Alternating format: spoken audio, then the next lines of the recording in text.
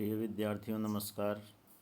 आज हम लोग पढ़ेंगे श्री विवेकानंद विजयम नाटक के प्रथम अंक के कुछ अंश की व्याख्या।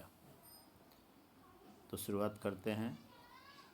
प्रथम अंक की शुरुआत होती है, ततः प्रविशन्ति पौरस्त्य पाश्चात्य यवन वेशधारिणः त्रयो महाविद्यालय छात्राः महाविद्यालय मार्गे हिंडमानाः।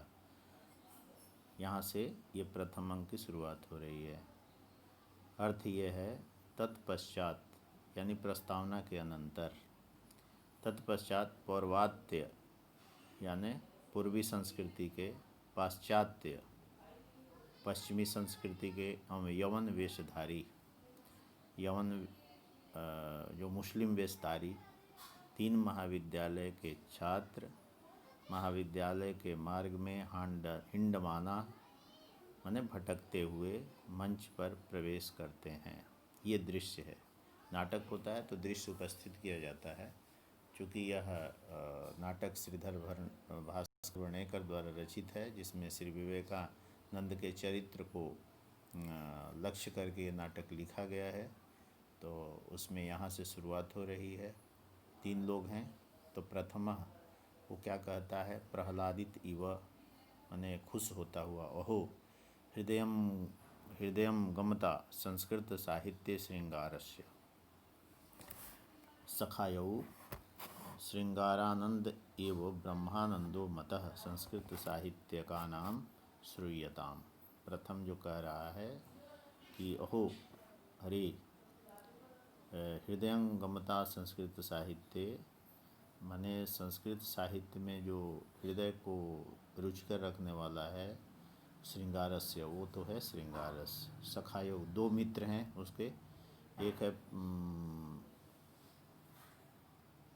पूर्वी संस्कृति का, एक पाश्चात्य संस्कृति का, और एक यवन वेशधारी, तीन संस्कृति के वेश धारण करने वाले में से प्रथम जो है वो कह रहा है, दो मित्रों को, सखायों में द्वितीय विभक्ति का प्रयोग है। श्रृंगानंद एवं ब्रह्मानंदो मतः संस्कृत साहित्य का नाम श्रूयताम। संस्कृत के साहित्यकारों ने श्रृंगार के आनंद को ही श्रृंगानंद एवं ब्रह्मानंदो, यही परम आनंद है, ब्रह्मानंद के समान इसको माना है। और वह एक श्लोक कहता है, तनु स्पर्शाद अस्यादरम मुकुलिते हंतनयने उदंचद रोमांचम व्रजति जड़ताम अंगम अखिलम कपोलौ धर्माद्रौ ध्रुवम उपरताशेष विषयम मनः सान्द्रानंदम स्पृशति झटिति ब्रह्म परमम। यह श्लोक इस नाटक का नहीं है, कहीं से उद्धृत है, किंतु नाटक के प्रारंभ में महाविद्यालय के तीन छात्र मार्ग में भटक रहे हैं, उनमें से प्रथम श्रृंगार रस की प्रशंसा करता है, उसी रस से ओतप्रोत यह श्लोक सुनाता है। और ये श्लोक सुनाने का अर्थ है कि इसमें वो श्रृंगार रस की वर्णन करता हुआ बतलाता है। इसका अन्वय है, हंत अस्या तनुस्पार्शात् नयने दर मुकुलिते रोमांचम उदंचत अखिलम अंगम जड़ता व्रजति।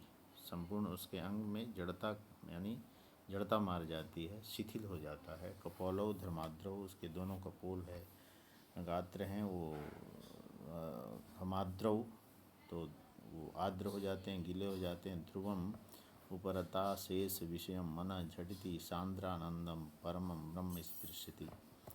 तो कहता है कि झटिति शीघ्र ही सांद्रानंद अत्यंत आनंद से युक्त, सांद्र यानी गहरे आनंद से युक्त, परमम ब्रह्म स्पर्शित मानो उसका जो मन है, उपरता शेष विषय मन, अन्य विषयों से उपरत हुआ मन, जो श्रृंगार रस में आनंद लेता हुआ, वो परम ब्रह्म को मानो स्पर्श कर रहा है। कहा इसके शरीर के स्पर्श से दोनों नेत्र कुछ खिल गए हैं, ऐसे कह रहा है। रोमांच बढ़ रहा है। अस्यास का प्रयोग से किसी स्त्री के बारे में, तनु स्पर्शात नयने, इसके तन यानी शरीर से स्पर्श करने से दोनों नेत्र दर मुकुलिते, दोनों वो जो नेत्र खुल गए हैं। रूपांचम उदंचयत, रोमांच बढ़ रहा है। सारे अंग जड़ता को प्राप्त हो रहे हैं। दोनों कपोल पसीने से आर्द्र हो गए हैं। निश्चय ही समस्त विषयों से उपरत हुआ मन झट से सघन आनंद सांद्रानंद सघन आनंद रूप ब्रह्म को छू रहा है, स्पर्श कर रहा है, ऐसा वो कहता है। यानी श्रृंगार रस का वर्णन करता है। विशेष क्या है इसमें, तो यहाँ संयोग श्रृंगार का भव्य वर्णन किया गया है। ललना यानी स्त्री के वपुः स्पर्श से, शरीर स्पर्श से नेत्रों का खिलना, संयोग होना, उसके नेत्र के से वपुः स्पर्श जो है ना, नेत्र के साथ उसका संयोग ही हो रहा है। रोमांच का होना, अंगों का निष्क्रिय होना, कपोलों का आर्द्र होना आदि अनुभाव हैं जिनमें रस की निष्पत्ति हो रही है। यहाँ रस को ब्रह्म के समान कहा गया है। रस ब्रह्मानंद सहोदर कहता है, और रस ही रसो वैशः, रस को ही परम ब्रह्म भी कहा गया है।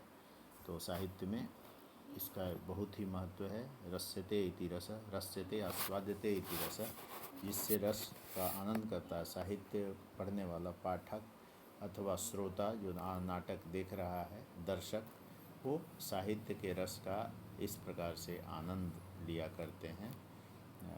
उसकी साहित्य के उनका हृदयंगम हुआ करता है, हृदय का बोध होता है वो। तो इस तरह से इसमें इस प्रथम ने जो बात कही है। द्वितीय क्या कह रहा है उसको सुने। वयस्य वामाचरण श्रृंगारानंद एवं स्वर्गीय आनंदो भूलोके। मित्र वामाचरण, पृथ्वी लोक पर श्रृंगार का आनंद ही स्वर्गीय आनंद है। वामाचरण का था सखे रहमान। अभी इनके नाम का भी उद्घाटन हो रहा है। एक का नाम वामाचरण हो गया, दूसरा जो बोल रहा है द्विपयस्य वामाचरण, वो वामाचरण है। द्वितीय है, मित्र है। द्वितीय जो बोलता है, द्वितीय मित्र वामाचरण, पृथ्वी लोक पर श्रृंगार का आनंद ही स्वर्गीय आनंद है। वामाचरण का सखे रहमान त्वं सदैव उर्दू काव्य श्रृंगारेण प्रमत इवासी अपि अस्ति उर्दू साहित्य दृश्य श्रृंगार। तुम तो हमेशा उर्दू के श्रृंगार रस में ही प्रमत दिखते हो, मतवाले दिखते हो, लेकिन क्या उर्दू साहित्य में इस प्रकार का श्रृंगार है क्या जो मैंने अभी अभी वर्णन किया है। वामाचरण कहता है मित्र रहमान, वामाचरण यानी वो जिसने अभी अभी श्लोक का वर्णन किया उसका नाम वामाचरण है। मित्र रहमान रोमान से कर रहा है, तुम सदा ही उर्दू साहित्य के श्रृंगार से पगलाए रहते हो, प्रमत रहते हो।